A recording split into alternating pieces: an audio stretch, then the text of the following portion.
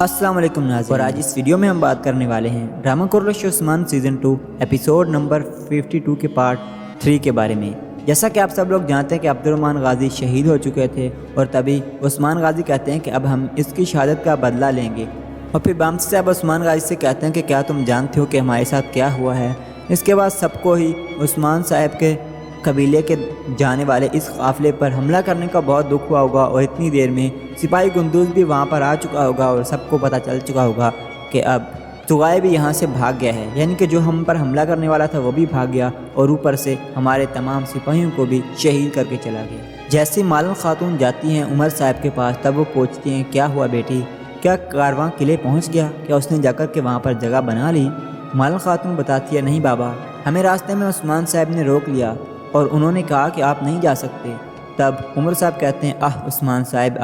تو اب آپ کیا کرنے والے ہیں، اور غصے سے کہتے ہیں عثمان صاحب آپ نے یہ کیا کر دیا، اگر آپ سمجھ لیتے کہ میری نیت صاف ہے، اگر آپ قبیلے میں موجود اپنے اس غدار کو پکڑ لیتے تو آج ہم یہاں نہ ہوتے، بلکہ آج ہم آئین گول کو فتح کر چکے ہوتے۔ عثمان صاحب آخر آپ کس چیز سے ڈر رہے ہیں؟ اگر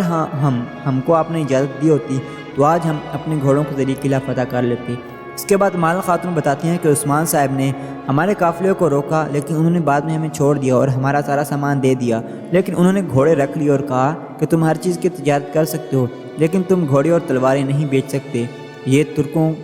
ترکوں کی چیزیں ہیں اور یہ ترکوں کے خلاف استعمال نہیں ہونے دے سکتا میں، اس وجہ سے۔ اور پھر بعد میں عمر صاحب غصے میں آ کر کے کہتے ہیں اب ہمیں عثمان صاحب سے بھی حساب چکتا کرنا ہی پڑے گا، عثمان صاحب اپنے کاموں میں الجھے ہوئے ہیں اور اب ہمیں انہیں بتانا پڑے گا کہ ہم کس نیت سے کر رہے ہیں۔ پھر مالن خاتون کہتی ہیں کہ بابا اب آپ کیا کرنے والے ہیں، کیونکہ عثمان صاحب آپ پر بہت زیادہ غصہ ہیں اور وہ آپ سے اس کے بارے میں پوچھ گچھ کریں گے۔ پھر عمر صاحب قریب میں پڑی ہوئی اپنی تلوار کو اٹھاتے ہیں اور پھر کہتے ہیں کہ اب ہم عثمان صاحب سے ملنے جا رہے ہیں اور انہیں غدار کے بارے میں بتائیں گے۔ پھر مالن خاتون کہتی ہیں کہ بابا مجھے بھی اپنے ساتھ لے جائیں، اور پھر عمر صاحب کہتے ہیں کہ چلو سپاہیوں کو تیار کرو، اب ہم عثمان صاحب سے ملنے جا رہے ہیں۔ اور ادھر آئین گول قلعے میں اب نکولا ہیلن سے کہتا ہے تم جانتی ہو ہیلن، عمر صاحب نے ہمیں سامان بھیجا ہے، لیکن بدقسمتی سے ان کا بھیجا گیا تمام سامان تو ہم تک پہنچ گیا، لیکن گھوڑے نہیں پہنچے، کیونکہ عثمان نے راستے میں ہی گھوڑے روک دیے۔ اور پھر کہتا ہے تو کیا تم جانتی ہو ہیلن، کیا ہمیں گھوڑوں کی کوئی پرواہ ہے؟ بالکل نہیں،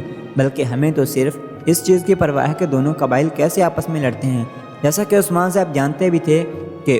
آئین گول قلعے میں عمر صاحب کی جگہ بنانا کوئی بڑا کام نہیں ہے، کیونکہ نکولا خود چال پہ چال چلے گا، اور عمر صاحب یہ سمجھ رہے تھے شاید نکولا میرے گھوڑے لینا چاہتا ہے، لیکن نکولا ہیلن کو بتا دیتا ہے کہ مجھے گھوڑوں کی کوئی ضرورت نہیں، بلکہ مجھے دونوں قبائل کو آپس میں لڑوانا ہے۔ اور جیسے ہی عمر صاحب کو پتہ چلے گا کہ عثمان نے ان کے گھوڑے راستے میں چھین لیے، تب اس پر انہیں عثمان پر بہت زیادہ غصہ آئے گا، جو کہ ہمارے لیے بہت فائدہ مند ہوگا۔ اور عمر صاحب عثمان سے پوچھیں گے کہ تم نے ہمارے قافلے پر ڈکیتی کیوں کی، اور جس وجہ سے کہ وہ دونوں آپس میں لڑیں گے اور یہی ہمارا فائدہ ہوگا۔ اور اس کے بعد جب میرا کمانڈر کارانوس آئین گول قلعے میں پہنچے گا، اور جس وقت عثمان اور امرولو قبیلہ آپس میں لڑائی کے دہانے پر ہوں گے، تب ہم جا کر کے سغوت کو حاصل کر لیں گے، اور یہی ہمارا اصل مقصد ہوگا۔ اتنی دیر میں نکولا کے پاس ایک صلیبی سپاہی آ کر کے اسے کہے گا کہ ایک منگول آیا ہے جو کہ آپ سے ملنا چاہتا ہے۔ نکولا کہے گا کہ اسے بھیجو۔ جب وہ اندر آئے گا تب نکولا اس سے کہے گا کہ تم کون ہو اور تغائے کہاں پر ہے؟ تب وہ بتائے گا کہ عثمان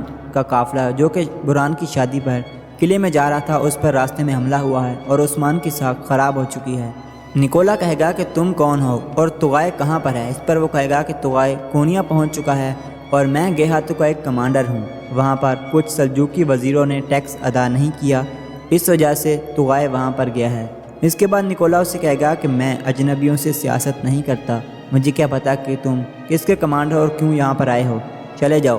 یہ سنتے ہی وہ ایک دم سے آگے بڑھتا ہے اور ایک صلیبی سپاہی اس کو روکنے کی کوشش کرتا ہے، تب وہ اپنی تلوار اس صلیبی سپاہی کی گردن پر رکھتا ہے۔ اس کے بعد نکولا اسے اشارہ کرتا ہے، وہ چھوڑ دیتا ہے۔ اس کے بعد وہ نکولا کے ساتھ ٹیبل پر بیٹھ جاتا ہے اور اس سے بات چیت کرنی شروع کر دیتا ہے، کیونکہ نکولا کو پتہ تھا کہ یہ ایک طریقے کا رسک بھی ہو سکتا ہے، اور ایک اجنبی منگول کمانڈر پر نکولا کبھی بھی اعتبار نہیں کر سکتا تھا۔ اسے پتہ تھا کہ یہ عثمان کی کوئی چال بھی ہو سکتی ہے، اور اس وجہ سے نکولا بھی بہت زیادہ چالاک بننے کی کوشش کرتا ہے کہ کہیں عثمان کی کوئی چال تو نہیں ہے، کیونکہ وہ مجھے ہی آپس میں پھنسانا چاہتا ہو۔ اس کی ساکھ تباہ ہو چکی ہے اور اب وہ مجھے استعمال کرنے کے لیے ایسے کر رہا ہو، کیونکہ نکولا کو پتہ تھا کہ اس کے قلعے میں کئی جاسوسوں کو نکولا عثمان کے جاسوسوں کو شہید کر چکا ہے، اور وہ یہ سمجھ رہا تھا کہ اب ایسا تو نہیں ہے کہ اب قلعے میں کوئی جاسوس نہ ہو، اس وجہ سے عثمان ایسا کر رہا ہو، اور اس وجہ سے وہ اس منگول پر اعتبار نہیں کر رہا تھا۔ لیکن وہ بھی نکولا کو اعتبار جمانے کے لیے وہاں پر بیٹھ کے اسے سب کچھ تفصیل سے بتاتا ہے۔ اس کے بعد اب آپ دیکھیں گے کہ بامسی صاحب اپنے بہت ہی پیارے دوست